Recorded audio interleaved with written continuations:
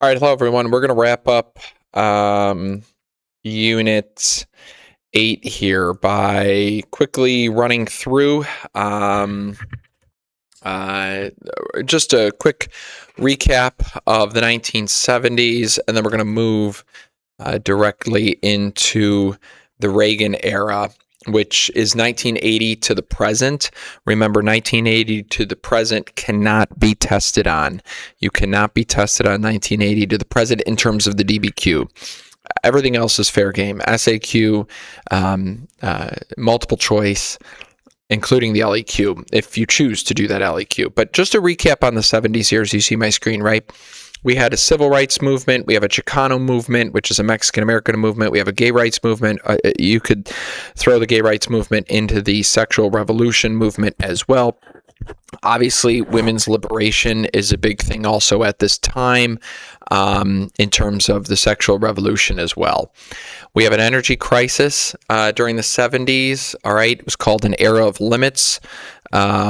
Where people are limited on what they can get in terms of consumerism is way down. It's the worst decade since the Second World War, really since the Great Depression too. Heating prices jump, oil prices jump, there's raging inflation, and it's just an era of economic downturn due to things such as the Vietnam War. All right. Environmentalism is at the heart of the 70s, right? As we're trying to move away from oil, and as oil is super expensive, conservationists push things like, piggybacking off of the Sierra Club in 1892, which was the first environmental organized movement in America. Makes sense, right? 1892, the start of the progressive era. This gave rise to the Rust Belt. Okay.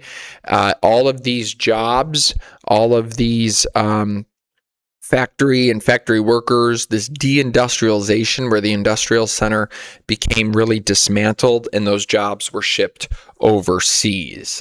This is essentially really the beginning of the end of industrialization in America, because now we're well past the World War II era, and the outsourcing of the 60s and the 70s led to a rust belt where these cities were rusting away.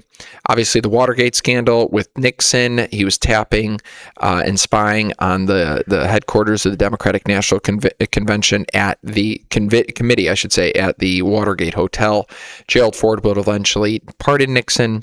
Congress responded to limit the president's authority with the War Powers Act, which limited his authority to take troops overseas in terms of war without notifying Congress. They give him 60 days to do that, and then he needs to explain to Congress what's going on or pull out. Jimmy Carter, remember, very good man, personally, rough presidency in terms of he just caught the 70s and heart of inflation and stagflation. And then all of this, as we said, is countered with the new evangelicalism of the 1970s, people like Billy Graham. This is kind of a new great awakening of the 70s. In the 60s to the 80s, where it was Protestant based, there was these crusades against, pornography and sex education in school and legalized abortion and things like that. Rising divorce rates, social unrest challenged people's values, which led to people to see stability of faith. Faith was a stable factor there. He was a Wheaton College graduate. He had these tent revivals, radio programs called for these religious crusades. Again, this was Protestantism, not Catholicism. In terms of being the heart of this, Catholicism obviously stands strong with our faith and things like that. Advocate for life. But nevertheless, this particular time was led by Protestantism. All right, so here's Reagan, conservative America, 1980 to 1991. Just compared to Carter, you could see the difference in kind of the pictures here. He wins in a landslide.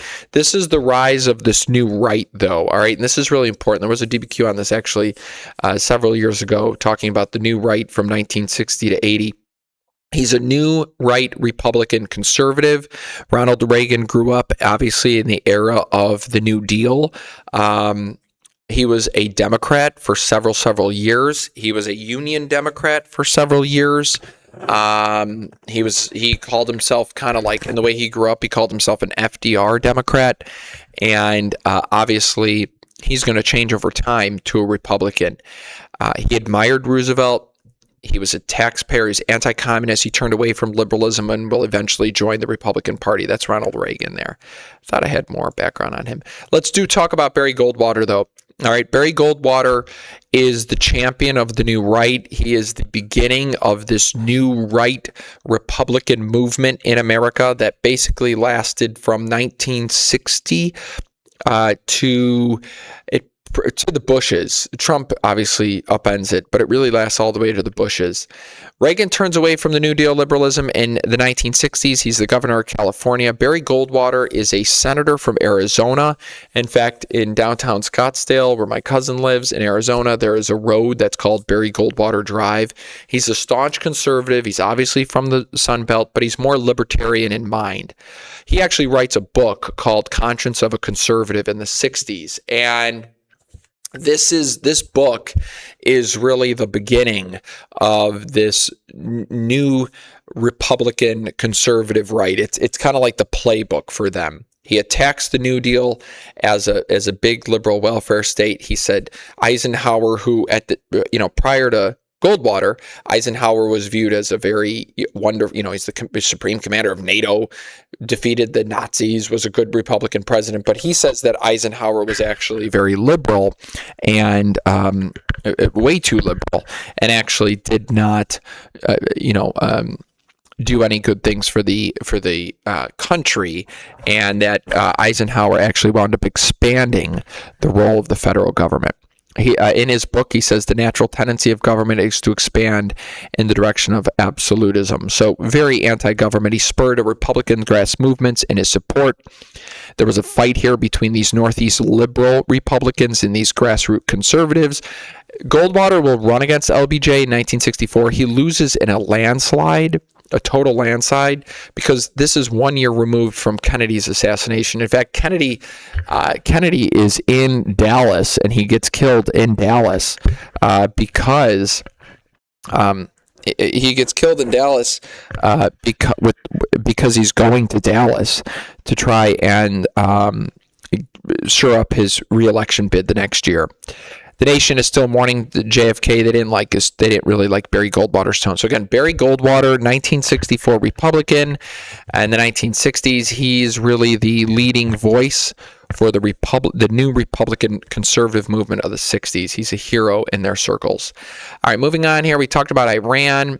Ronald Reagan was a big believer in, obviously, anti-communism, free market enterprises, this religious traditionalism, and he kind of unites all three in one political coalition.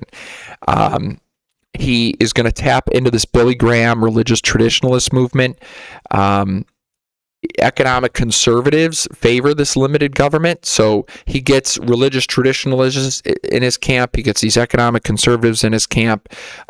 Failed democratic policies is what really excelled movement into this Reagan Republican Party. All right, the protests against the Vietnam War, the unrest, civil unrest, the SCOTUS that legalized abortion and pornography, school busing, urban riots, stagflation, really gave rise to a strong Reagan movement here. Religious and free market conservatives came into one group, right? They were also very anti-communist, free market minded. The Cold War is on its way out by this point in the 80s, but nevertheless, it's still there.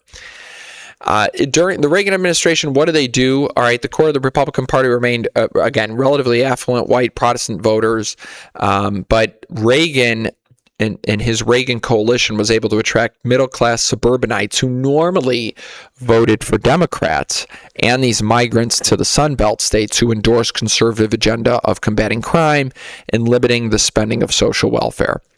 This is a new Republican coalition, again, joined by former Democrats, Southern whites who had been moving toward the Republican Party since '64. So when you see stagflation, when you see all of these jobs being shipped overseas, when you see Vietnam unrest and the Democratic protests at the Democratic Convention in 1968, there are significant calls for a new coalition based around economic conservatism, anti-communism, and religious traditionalism. What did Reaganomics really believe? In his first year in office, he tried to roll back federal taxes, Social Security spending, regulatory bureaucracy, right? He did not believe in détente with the Soviet Union. Détente was a practice practiced by Richard Nixon, who tried to thaw Cold War, tensions, kind of ease them out, open diplomacy, whereas Reagan was more of a war hawk, and he spent hundreds and hundreds of billions and millions of dollars on defense spending to try and destroy the Soviet Union, right? He believed, and again, in this free market. Social Security, Medicare, next to defense spending were the nation's largest budget items at the time. So he continues that. However, he does reduce other programs, but these other programs that he reduces spending in does not make up for all of the budgetary spending he spent on defense. So basically, Reagan was such a believer in building up a defense industry to defeat the Soviets that what essentially wound up happening was if you're going to spend a ton of money now in the military, you have to cut from another program. He kept Social Security and Medicare funded very highly, and so he wound up blowing up the federal deficit. Here were the 4 pillars of Reaganomics. It's called kind of Reaganomics, how he believed the government should run in terms of the economy. Reduce federal income and capital gains tax, so reduce how much people are paying to the government, reduce how much the government is spending, reduce government regulation, and tighten the monetary supply to reduce inflation. So if you limit the amount of money in the economy, it becomes more valuable, and you get rid of inflation. So again, less taxes, less federal spending, less government regulation, and less monetary supply so that you can reduce inflation. This is obviously very opposite of what Democrats believe at the time.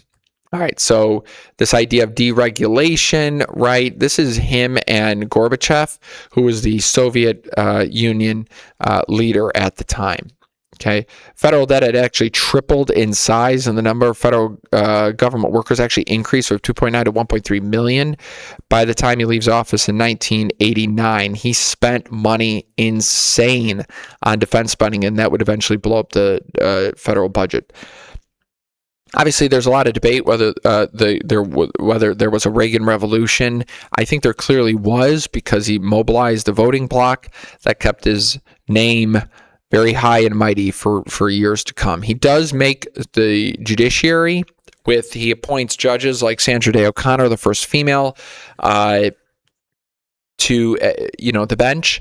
He also appoints Samuel Alito to the bench. I'm sorry, Justice Scalia to the bench, and they were very, very much in the tradition of free market conservatism, and they were strict originalists, which means that they view the Constitution as an original document, not living and breathing, that should change over time. These justices scaled back. They didn't overturn liberal rulings of the more liberal courts in the 1960s and 70s, though. Here he is with Justice Kennedy. He appointed Justice Sandra Day O'Connor, Justice Kennedy, which in Casey versus Planned Parenthood, 1992, Kennedy is going to be the swing vote here, and that reaffirms abortion. Casey versus Planned Parenthood, 1992, it might be 92 or 93, doubles down on Roe v. Wade in 1973, right? So it doubles down on Roe. And then, of course, the Dobbs decision in 2015 overturns Roe versus Wade because it says that there's no mention of abortion in the Constitution. Thus, it really doesn't provide a woman the right to it. So it's the protection of human life. Here's him with Justice Scalia.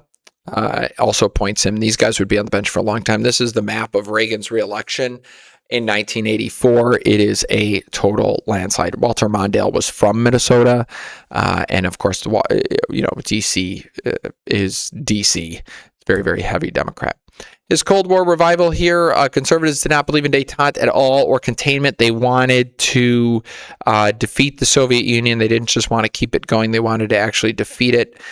They wanted to reaffirm America by this buildup of military strength that would force the Soviets into an arms race. And at some point here, the United States just overruns the Soviet with defense spending. And we have this capitalist country, obviously, and it was too much for the Soviets to keep up with. That's Gorbachev there with the Soviet premier with Reagan. Here is the breakup of the Soviet Union. You can see here, and Poland and East Germany and Czech and Slovakia, Hungary, Romania, Bulgaria, Albania, they will all become their own independent nations in the early 90s when the Soviet Union finally collapses. Ukraine and Belarus and places like that will stay with the Soviets. Kazakhstan, Turkmenistan, Uzbekistan, you can see all that on the far right. But in Eastern Europe, these countries in orange will become their own independent nations after the Soviet Union breaks up, and that's a wrap. So that's basically Ronald Reagan and the end of the Cold War. I would take a look at him again, just through these slides, through your textbook, chapter 29, and we're gonna stop there. If you have any questions, email me and let me know.